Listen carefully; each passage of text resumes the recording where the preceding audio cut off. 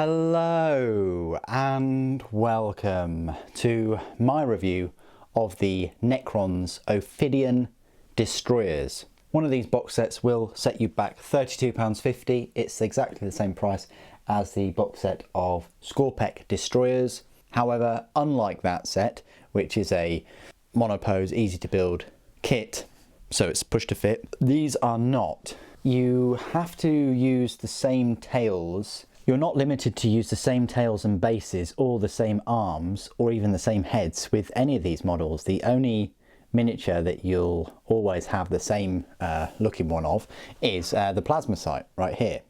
That will always look the same because it only goes together one way, but you get a number of options to mix and match the arms and heads and weapons and things with all of these.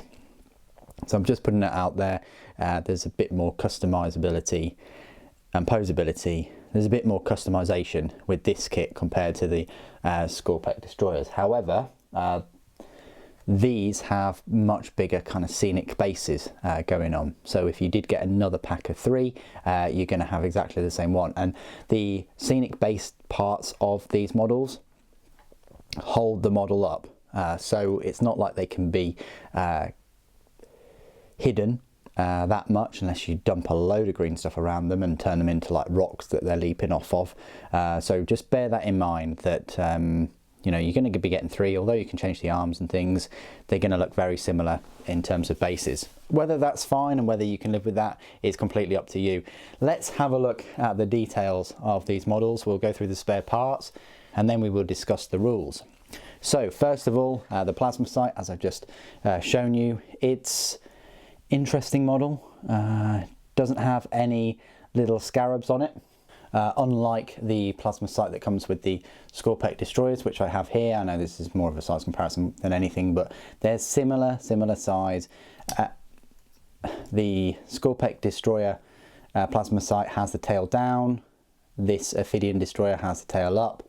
The Prehensile proboscis, I want to call it, this thing here, is also up on the Scorpec one. There's a scarab there and a scarab there, where there are no scarabs on this plasma sight. They look similar. I actually prefer this one because there's less contact points for the legs. The spindly little legs, there's only 2 contact points from the iron girder and the bent pipe work, drain pipe, whatever, broken and rent up pipe.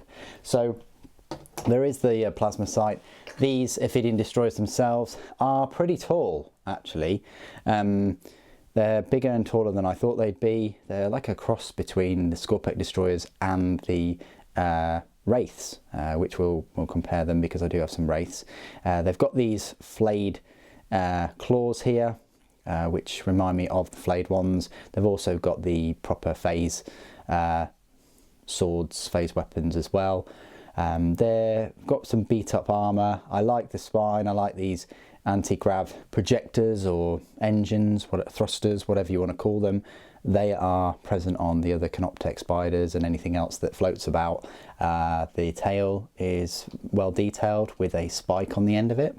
So yeah, they just look like a mishmash of Scorpec Destroyer, Necron Warrior, Flayed One and Wraiths all in one. It's like a mishmash of everything. Anyway, that's that one.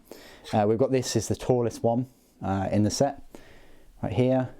Just looking at the side glance there, with these huge blades. They're bigger than the first one, and the scenic base is lovely. Got a little scarab there hiding away on this stained glass window building, I guess, and also these smaller blades than the first one.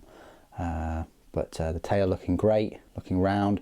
They're a bit of a pain to put together, definitely in the way that I put them together. I put them together quite quickly, but yeah, you make sure that most of the pieces are dry first. I'd do a few of the steps with one and the same with the other 2, and then go back to the first one and glue them actually onto the body themselves, and then once that's all dry, glue them onto the tail, because they're kind of tricky if you want to glue all of the piece in one go. Then we've got this one kind of pointing over in a direction with these blades, nice big swooping curve of that tail, and the smallest scenic base there but this one's wide open. As you can see all the detail and things. Probably one of the best ones to see all the detail and get to paint wise. So there you go, they're the Ophydian destroyers. The spare parts, are you ready for this? You won't believe it. There's a huge amount of spare parts. Just 3 heads. That's all there is. And one of them is kind of half of a head. Its jaw is missing.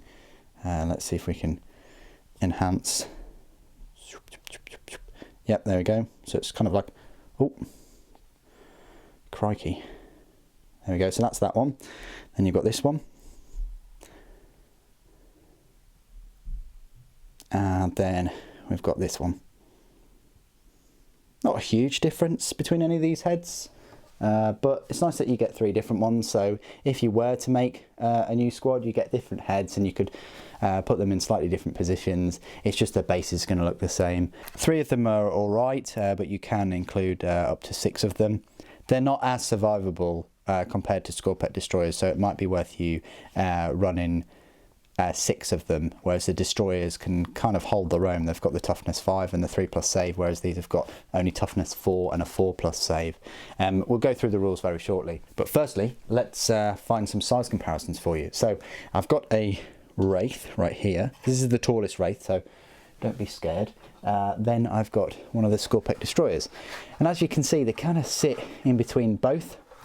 All of them are taller than the destroyers, but it's arguably that they're a little bit shorter than the wraiths. I mean, the other 2 wraiths are similar height to this one. I think it's only fair that I bring them in as well to give you a more balanced kind of size comparison. Look, as you can see, these 2 are both shorter than the rest of the Ophydian destroyers. So it's only 1 wraith that's taller than them, but the other 2 are shorter if you were looking at getting them. And I just wanted to show you, you know, the sizes of the wraiths versus the destroyers, and then the Scorpet destroyers as well. So there you go. That's big floaty murder skeletons there. So what I will do is just show you some other size comparisons with Necron models. So comparing them to a Canoptek Reanimator, which is quite a tall model. They're smaller than one of those. Next to the Scorpet Lord, which you'd think would hold his own, they're all taller than him. And compared to like a Locust destroyer, they're taller than a Locust destroyer. And then next to the usual 3 Imperial models that I compare sizes with, you've got a Legacy Space Marine on the left, you've got Slime Marbo in the middle, and then you've got Primaris on the right. Again, another Necron unit that you know, totally dwarfs the Primaris Space Marines. It's nice to see other armies and Xenos armies with models that are, you know, bigger than your standard Space Marines, but also your Primaris. Great, long may that continue. Okay, so this is my part of the review where I will go through all of the rules for these Ophydian destroyers. My initial impressions led me to believe that they would fall under the elite section of the army. However, much to my surprise, they are included in the fast attack section. They will set you back a power points cost of a 5 and a points cost of 35 points per model. If this unit contains 4 or more models, it has a power rating of 10. For every 3 models in this unit, 1 model is equipped with 2 Hyperphase Reap Blades, Ophidian Claws. Every other model is equipped with Hyperphase Threshers, Ophidian Claws. So you can have between 3 and 6 in this unit. Their stat line reads: they're a movement of 10 inches, weapon skill 3+, ballistic skill 3+, strength 4, toughness 4, 3 wounds, 3 attacks, leadership 10, and a save of 4+. Do a quick comparison with the Scorpek destroyers. So they are faster than the Scorpek. They've got less strength, less toughness, the same wounds, same attacks, same leadership, but a worse save at 4+. Compared to the Wraiths are faster. They're 12-inch movement speed, but the Wraiths have a worse weapon skill, a worse ballistic skill, the same strength, better toughness, same wounds, more attacks, same leadership, but a better save. Therefore the Wraiths, although they are faster and can get into combat quicker, their chances of hitting anything are less, but they can dish out more attacks and their survivability is better. So what do these Hyperphase Threshers and Ophidian Claws do? Sounds like that's a unique weapon only for these Ophidian destroyers. So the Hyperphase Reap Blades, which 1 model is equipped with, I'm guessing it's the model with the bigger blades, It's a strength +2, AP -4, damage 3. That's nice. I mean, it is only strength 6, but it's great that it's AP -4 and it's a solid damage of 3. The Hyperphase Threshers, however, is the strength of the user, which is just 4, which is a bit weak, but they are AP -3 and a solid damage of 2. Each time the bearer fights, it makes 1 additional attack with this weapon. So now you've got 11 attacks, 8 of which are AP -3, damage 2, and 3 of them are strength 6, AP -4, damage 3. The Ophydian Claws then. The strength of the user, which is 4, AP -1, damage 1. Each time the bearer fights, it makes 2 additional attacks with this weapon. So you could have 15 attacks there if you use the Ophydian Claws. Abilities: Living Metal, Reanimation Protocols and Command Protocols. Hardwired for Destruction.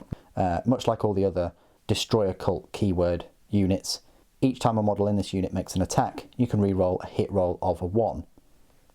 That's useful, even though the weapon skill is 3+. Hyperphase Reap Blades. Each time a model in this unit makes an attack with a Hyperphase Reap Blade, an unmodified hit roll of 6 causes 1 additional hit. That's brilliant. That buffs them up a bit like the Hyperphase Threshers then. Whip Coil Bodies. Each time a melee attack is made against this unit, subtract 1 from the attack's hit roll. That's fantastic. In close combat, suddenly your weapon skill 3+ becomes a 4+. Tunneling Horrors. During deployment, you can set up this unit underground instead of setting it up on the battlefield. If you do, then during the reinforcement step, one of your movement phases, you can set up this unit anywhere on the battlefield that is more than 9 inches away from any enemy models. That's fantastic. It's essentially they're deep striking in. The keywords: Necrons, Infantry, Destroyer Cult, Ophydian Destroyers. So there you go, that's my Ophydian Destroyers review. I think they're a fun little unit. They can't take that much damage, especially with their 4+ save and their toughness of 4. They do have a decent number of wounds of 3 each. However, I think taking them as 3 might not give you the results you need. If you are going to take them as a 3, I'd strongly suggest you use the Tunneling Horrors ability, where they can just pop up in your reinforcement step. I think taking 6 would be the way to go if you don't want to use the Tunneling Horrors ability, because you're only really getting 9 wounds with them, and their toughness of 4 and save of 4+ might not be that survivable. When they do get into close combat though, they have the potential of ripping and tearing. The AP -4 for one of them is fantastic, although you can only have 1 out of the 6 with the Reap Blades. But the Threshers do a decent amount of damage as well. It's just that strength. I wouldn't put them up against high toughness enemies. I would be using them to face off against your normal troops that your opponent brings, and causing havoc with them popping up in the reinforcement phase. But what do you guys think of the Ophydian Destroyers? They're a completely brand new unit for Necrons. We've never had them before. We've never had them in the previous codex. The best comparison I can make with them have been with the Wraiths, who got a buff of their save, but got a worse off weapon skill and ballistic skill for that, and a worse strength, but more attacks. So they're kind of that cross between the Wraiths and the Scorpet Destroyers. They're faster than the Destroyers and they can deep strike. It's just their weapons don't pack that much of a punch, and they're not as survivable as either of those two units. They're kind of in between. What do you guys think? Please do put your thoughts and opinions down below in the comments. Thank you ever so much for joining me today. Thank you for watching. The Silent King protects.